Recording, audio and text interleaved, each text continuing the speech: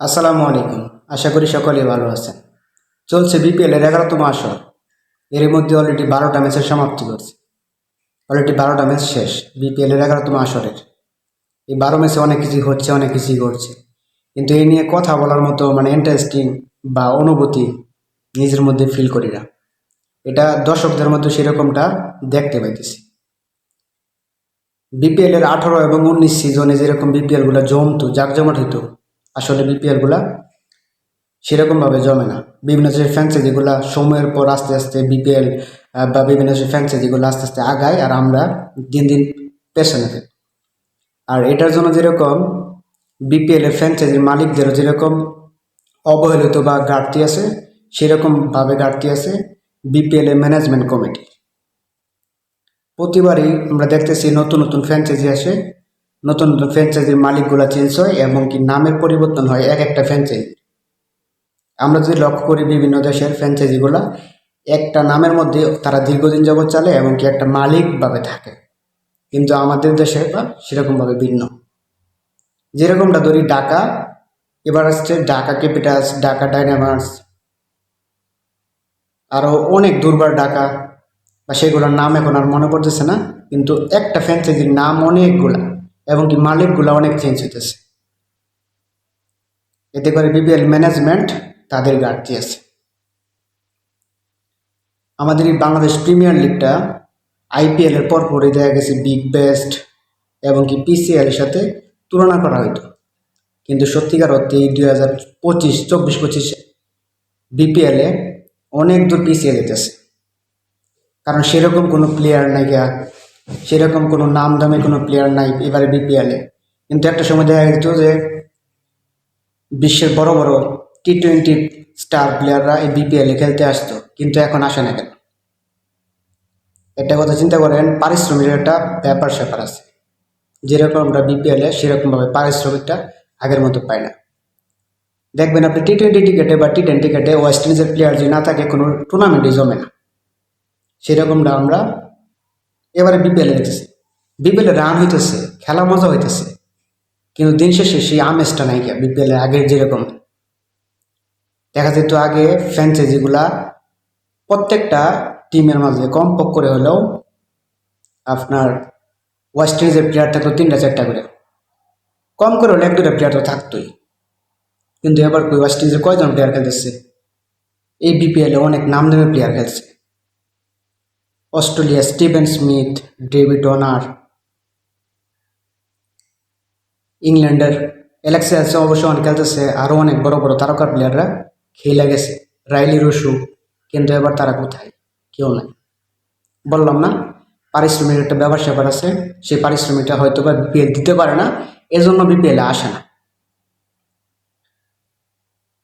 এবার বিপিএল এর ঢাকা ক্যাপিটালস, তারা নাম ডাক এবং কি সব দিক ব্যান্ড ভ্যালু থেকে যে কোনো টিম থেকে তারা পিছিয়ে নেয়, এবং কি এবারে ঢাকা ক্যাপিটালসের মালিক সুপারস্টার সাকিব খান। আমরা হয়তো অনেকেই ভাবছি যে সাকিব খান সিনেমাতে যেরকম বাজিমাত করে, সেরকম বিপিএল বোধহয় আসে সেরকম একটা বাজিমাত করবো, বা আমরা এরকমটা একটা ভাবছিলাম, কিন্তু আসলে না। টিকিট খেলা আর সিনেমা অনেকটা পার্থক্য। যেরকমটা ঢাকা ক্যাপিটালস এবার 4 ম্যাচে 4টা দিয়ে হাইরা বৈশা রয়েছে, তাদের পরবর্তীতে যাইব আমার সম্ভাবনা নাইকা। দ্বিতীয় রাউন্ডে যারা যাইতে পারবো তাদের সেই সম্ভাবনা নাইকা। অপরদিকে রংপুর রাইডার্স, তারা 5 ম্যাচে 5টায় জিতে বসে রয়েছে। এবার বিপিএলে 7টা দল অংশগ্রহণ করতেছে। এর মধ্যে যদি আমি বলি 2টা ফ্র্যাঞ্চাইজি সবচাইতে বেশি চমক প্রবল, এবং কি তারা তাদের টিমটাও যেরকম, তারা দলটাও সেরকমভাবে সাজিয়েছে।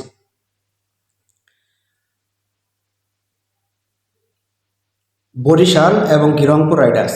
রংপুর রাইডার্স বরাবরই একটা বড় নাম, তারা বড় বড় প্লেয়াররা নিয়ে খেলায় থাকে এবং তাদের পারফরমেন্সও ভালো। যেরকম গ্লোবাল সুপার লিগে তারা চ্যাম্পিয়ন হয়ে আসার পর থেকে তাদের সেই বাজিমাতটা ধরে রাখছে, এবং তাদের সেই পারফরমেন্স ধরে রাখার পরে কিন্তু 5 ম্যাচে 5টা ম্যাচ জিতে হয়েছে। অপরদিকে বরিশাল গতবারের চ্যাম্পিয়ন, এবারও তারা 3 ম্যাচে 2টাতেই জয়লাভ করছে।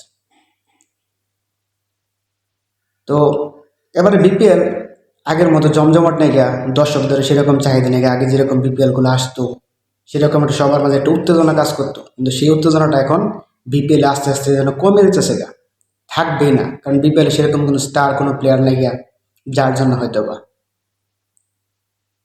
আমি বরাবরই যখন ভিডিও করি তখন বলি যে বাংলাদেশ ক্রিকেটে সবচেয়ে যদি সুযোগ কোনো প্লেয়ার পায় থাকে লিটন দাস এবং কি নাজমুল হোসেন শান্ত। যদি লিটন দাসের কথা বলি, ঢাকা ক্যাপিটালস তারা কিন্তু ডাইরেক্ট সাইনিংয়ে লিটন দাসকে তারা তাদের দলে বেরাইছিল।